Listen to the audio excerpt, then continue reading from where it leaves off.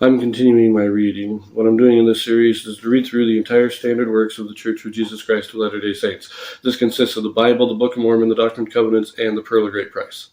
I am reading in a chronological order of events, not according to publication or volume, so I will be skipping around a little bit as I move along. Right now, I am in the first book of Samuel. This is chapter 20.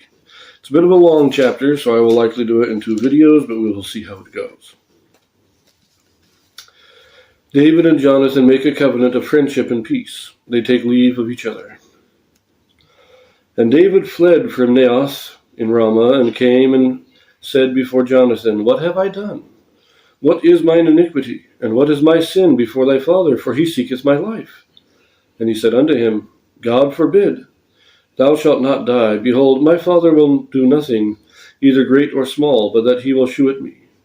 And why should my father hide this thing from me? Is it not so? And David sware moreover, and said, Thy father certainly knoweth that I have found grace in thine eyes. And he saith, Let not Jonathan know this, lest he be grieved. But truly as the Lord liveth, and as thy soul liveth, there is but a step between me and death. Then said Jonathan unto David, Whatsoever thy soul desireth, I will even do it for thee.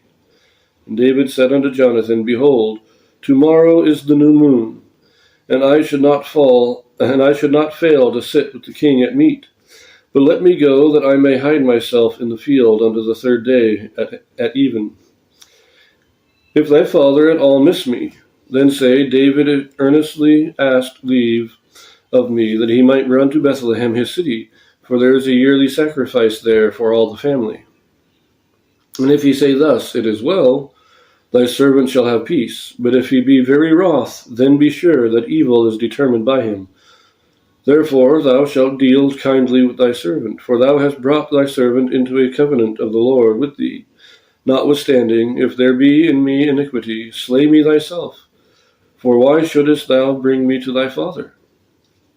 And Jonathan said, Far be it from thee, for if I knew certainly that evil were determined by my father to come upon thee, then would not I tell it thee?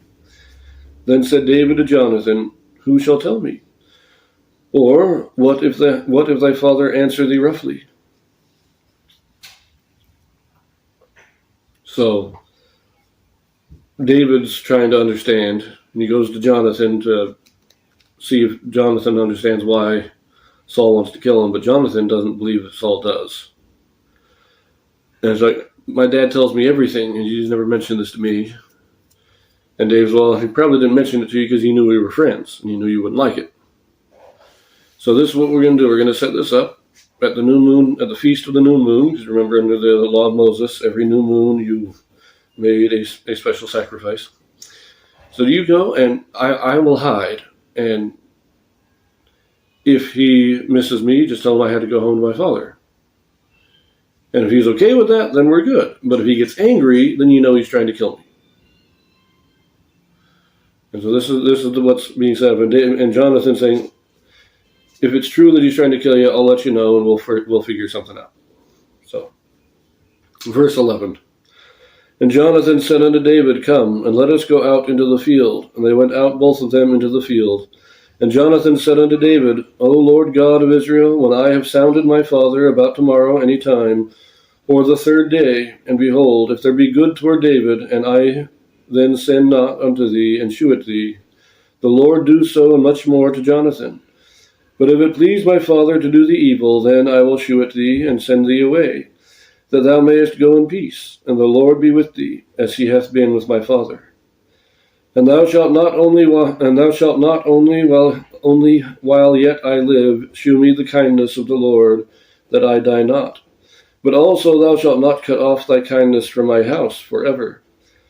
No, not when the Lord hath cut off the enemies of David every one from the face of the earth. So Jonathan made a covenant with the house of David, saying, Let the Lord even require it at the hand of David's enemies. And Jonathan caused David to swear again, because he loved him.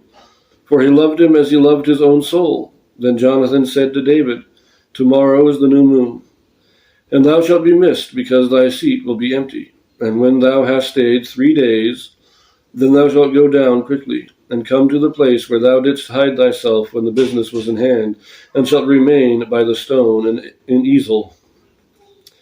And I will shoot 3 arrows on the side thereof, as though I shot at a mark.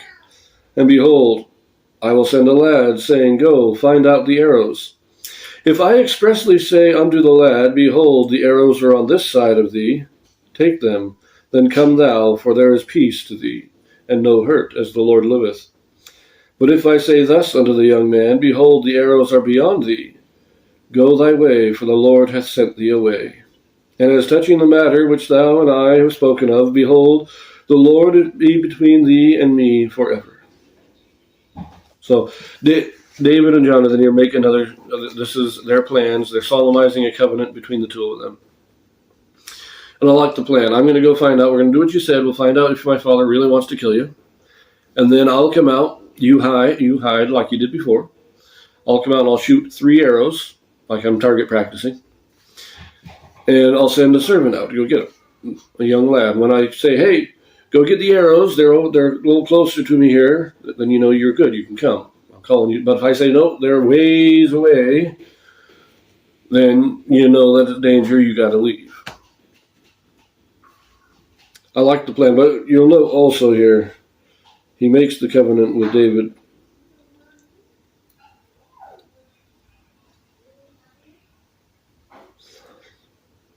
I will, if my father's trying to kill you, I will let you know, and you can escape. But he then says, but that also, thou shalt not cut off thy kindness from my house forever. Remember that this is a covenant that David, not only Jonathan is going to let David escape. And in return, David, when the Lord sets him up, when the Lord has destroyed all of David's enemies, then David will remember Jonathan and his family, and he will lift them up. He will show kindness to the family of Jonathan.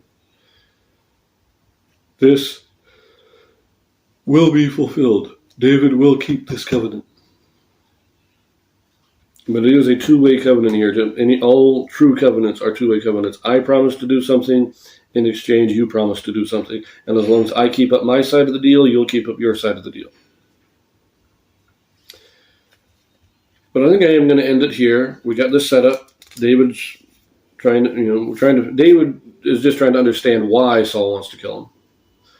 And Jonathan has to prove to himself that he is trying to kill David. So we will leave that there, and we will pick this up in the next video.